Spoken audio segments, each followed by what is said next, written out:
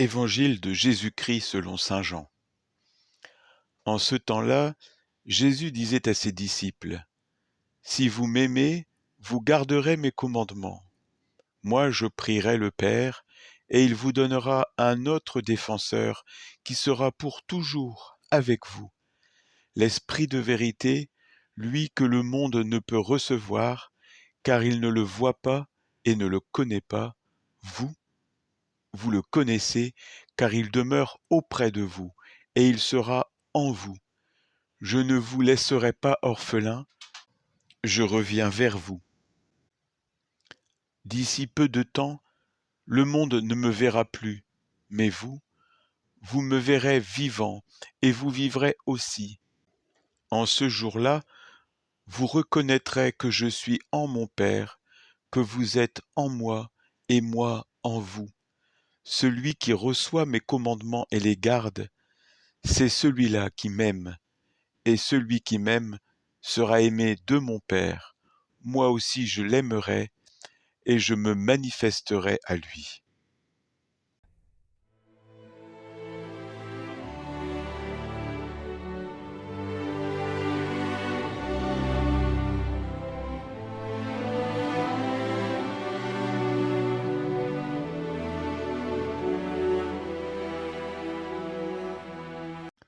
Le royaume.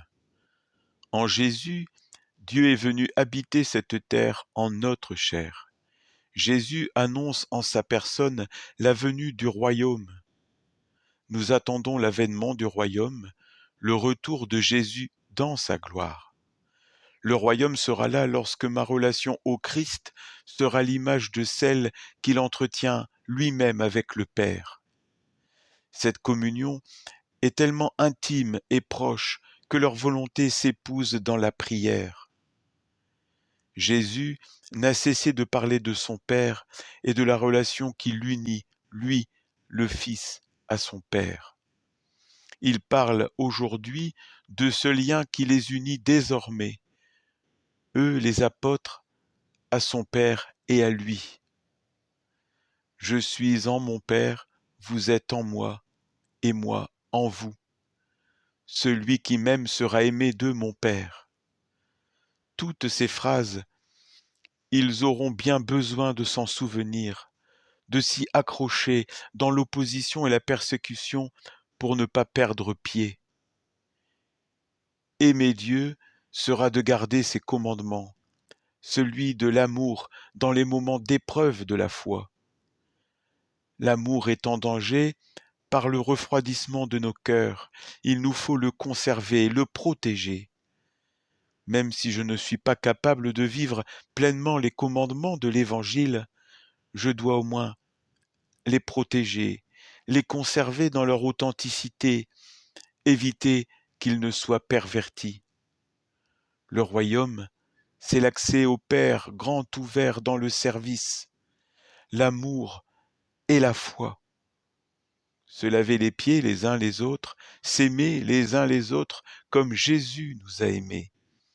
Mettre sa foi en Jésus.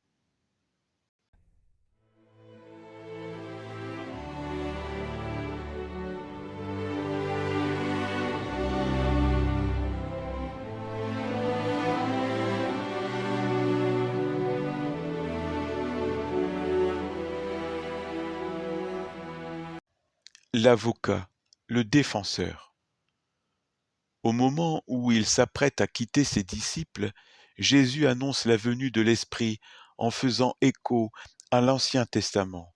« Je répandrai mon esprit sur toute chair ». Dire à ses apôtres, « L'Esprit de vérité demeure auprès de vous, il est en vous », c'est leur annoncer que le grand jour de l'alliance définitive est arrivé. Les apôtres étaient pétris de cette espérance pour l'humanité entière. Jésus a bien dit sa soif que le monde entier soit sauvé. Et moi, ai-je soif que le monde soit sauvé? Ai-je soif que mon voisin, celui que je croise sur mon chemin, soit sauvé?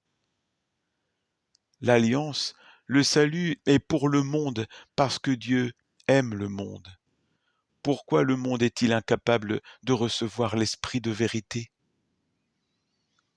Ce n'est pas un jugement de valeur, mais un constat, simplement parce qu'il ne le connaît pas. Le premier défenseur, c'est Jésus. Il est la vraie lumière qui éclaire tout le monde, tout homme, en venant dans le monde. Il est dans le monde et le monde vient à l'existence par lui, mais le monde ne le reconnaît pas. Les siens ne le reçoivent pas.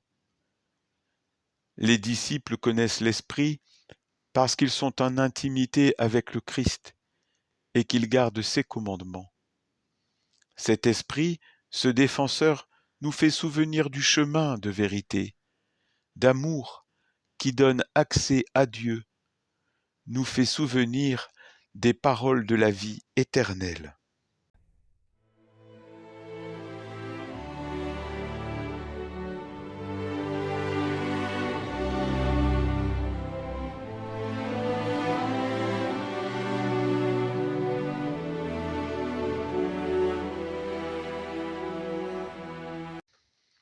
Une mission.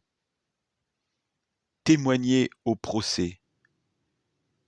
L'Esprit nous fortifie à croire que la contagion de l'amour gagnera peu à peu face à l'opposition et la persécution.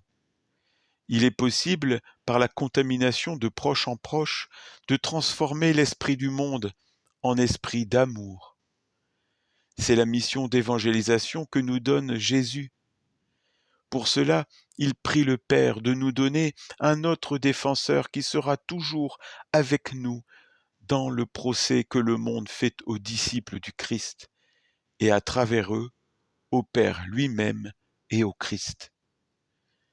Témoigner, rendre compte au monde orphelin de l'espérance d'un monde fraternel qui retrouve le chemin du Père.